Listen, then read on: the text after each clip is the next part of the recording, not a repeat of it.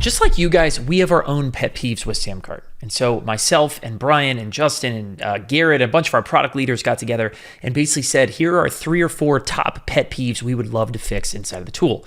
We said, okay, well, hold on, maybe we shouldn't stop right there. So then we brought in Danielle, the head of our customer support, and we said, what are you guys telling us that we want to fix inside of SamCart? We're always pushing on new features and adding new things. And you know what? Sometimes some things need to get taken away. Some things need to get tweaked. Some little tiny things need to get changed and fixed so that you have an easier quality of life inside of SamCart. So we got our whole engineering team together and called it Bug Smash Day. We smashed 43 different individual bugs, fixes, small tweaks, things like that inside of your SamCart app.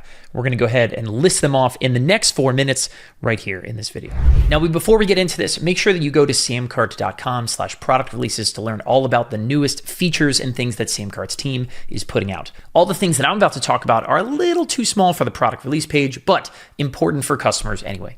Okay, so numbers 1 through 5 were different areas where we wanted to link to more help articles, like here inside of where you create dynamic coupons. So you can more easily create coupons, assign user roles, assign products to courses, deliver stuff inside the courses app, and more. Numbers 6, 7, and 8 all happen here in your marketplace email settings, where you have new short codes that you can use to do things like drop in your customer's name, their cancellation date, what products they bought, their shipping address, all this information about their order, you can plug in dynamically with new short codes.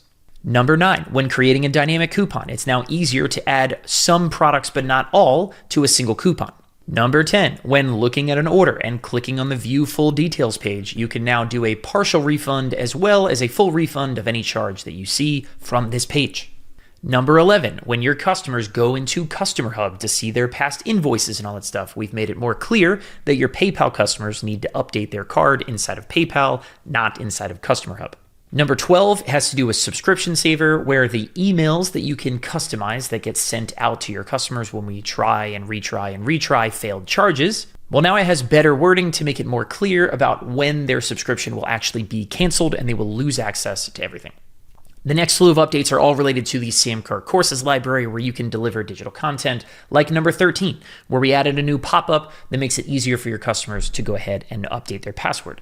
Numbers 14 and 15, you now have better navigation up here at the top of your course library to go from students to settings and back to your courses without needing to navigate somewhere else first. Numbers 16, 17, and 18, all about making it clear when a certain product is assigned or unassigned to a course. So when someone buys it, that it automatically delivers them that course inside of your SamCart Courses app. Number 19, the colors and buttons that you choose will apply to all buttons everywhere inside of your course library. Number 20, your thumbnail for your course can be an image and or a video. If you upload both at the same time, now the video will take precedent. Number 21, when you change the name of a product in SamCart, if you come back here to assign products, the name will automatically update. And we'll stay here for number 22. Really, really long product names used to get cut off inside when you're assigning products. Not anymore.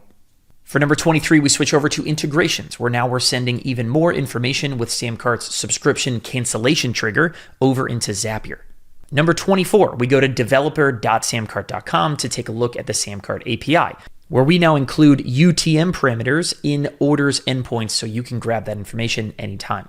We've got 3 in the Affiliate Center. Number 25, you can now hide customer details in emails that affiliates receive when they make a sale.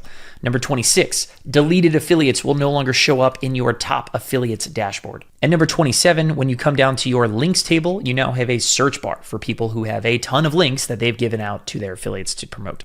Number 28, we now have zip code fields that are going to reflect better for international buyers.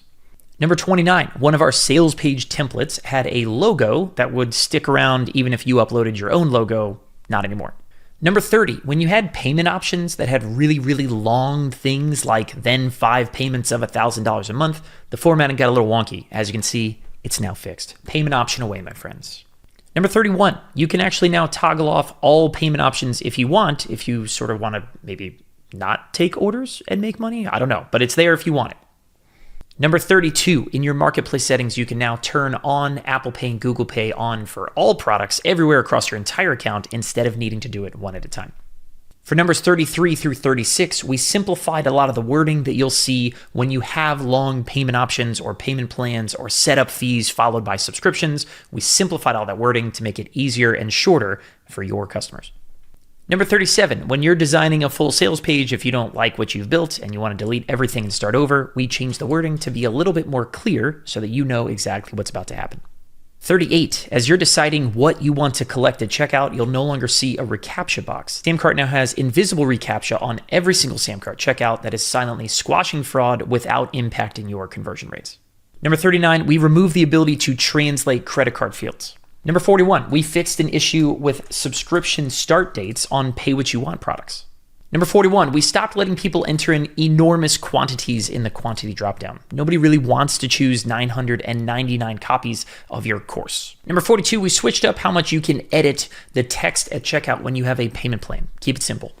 And number 43, we made the URLs for upsell pages more unique. So those of you who are using the URL bar as a means of tracking inside of some third-party tool, now you have more unique ways to know when someone hit specific upsell pages.